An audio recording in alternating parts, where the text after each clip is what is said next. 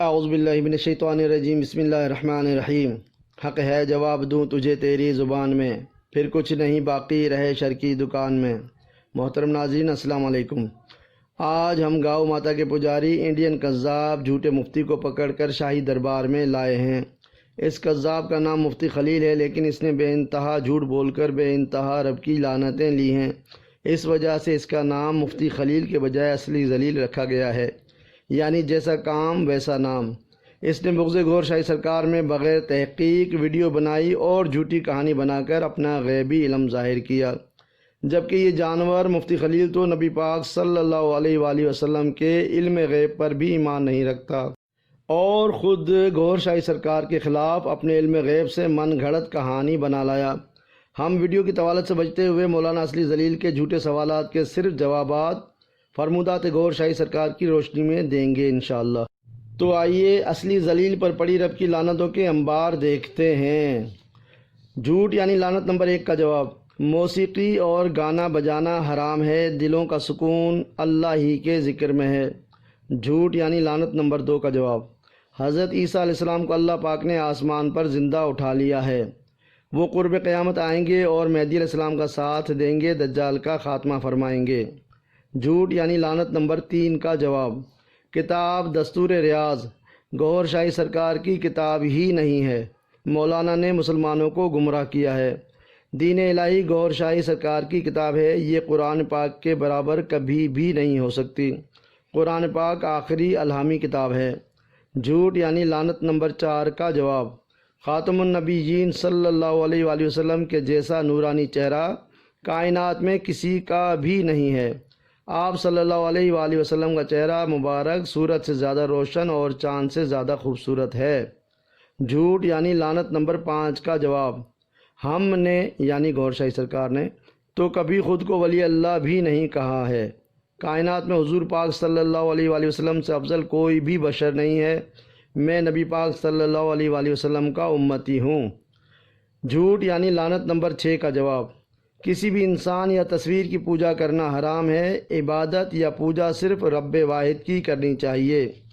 جھوٹ یعنی لعنت نمبر 7 کا جواب: زنا حرام ہے اور اس کی سزا سنگسار کرنا ہے۔ جھوٹ یعنی لعنت نمبر 8 کا جواب: اللہ تعالیٰ کے مقابلے میں کسی بھی انسان کا ذکر حرام ہے، اللہ تعالیٰ کے ذکر کے برابر کسی کا بھی ذکر نہیں ہو سکتا، ایسا سوچنا بھی ہمارے یعنی گور شاہی کے نزدیک کفر ہے۔ جھوٹ یعنی لعنت نمبر 9 کا جواب: ہم نے یعنی گور شاہی سرکار نے کبھی کسی تحریر یا تقریر میں امام مہدی کا دعویٰ نہیں کیا۔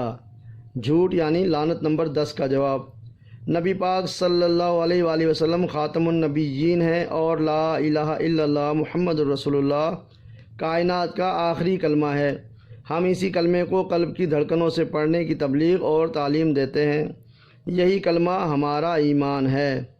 جھوٹ یعنی لعنت نمبر 11 کا جواب: یونس لندن والے سے سرکار گور شاہی یا ان کی جماعت کا کوئی تعلق نہیں ہے، ہمارے نزدیک یونس کافر ہے۔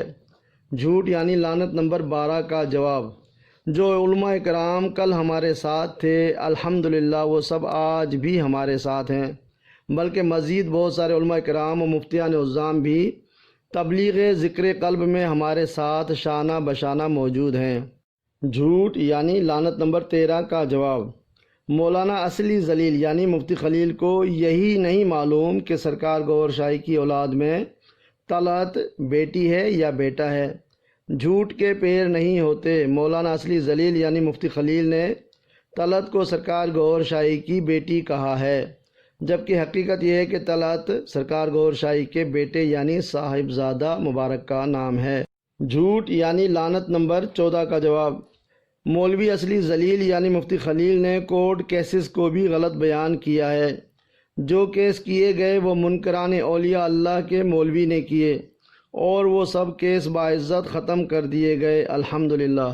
ہمارے بڑے 4 اماموں امام ابو حنیفہ، امام مالک، امام شافعی، امام احمد بن حنبل پر بھی کیس کیے گئے تھے، آج ان کا نام روشن ہے اور کیس کرنے والوں کی نسلیں بھی گمنام ہیں، انشاءاللہ مولوی اصلی ذلیل کی نسلیں بھی گمنام رہیں گی، آمین۔ صحیح بخاری میں حدیث پاک صلی اللہ علیہ وآلہ وسلم ہے کہ بلا شبہ جھوٹ برائی کی طرف لے جاتا ہے اور برائی جہنم کی طرف، اور ایک شخص جھوٹ بولتا رہتا ہے یہاں تک کہ وہ اللہ کے ہاں بہت بڑا جھوٹا لکھ دیا جاتا ہے۔ استغفر اللہ۔ مفتی خلیل یعنی اصلی ذلیل، غلیظ و پلید نے سرکار گوہر شاہی پاک کے خلاف جھوٹ بول کر اور بہتان لگا کر اللہ تعالیٰ کی لعنتیں حاصل کیں اور ملعون قرار پایا۔ اسی لیے تو کہتے ہیں شان گوہر ہے یا کوئی پھر خاص ہے یہ سر، بغض گوہر میں پڑتی ہے لعنت خدا کی پھر، وما علینا الا البلاغ المبین۔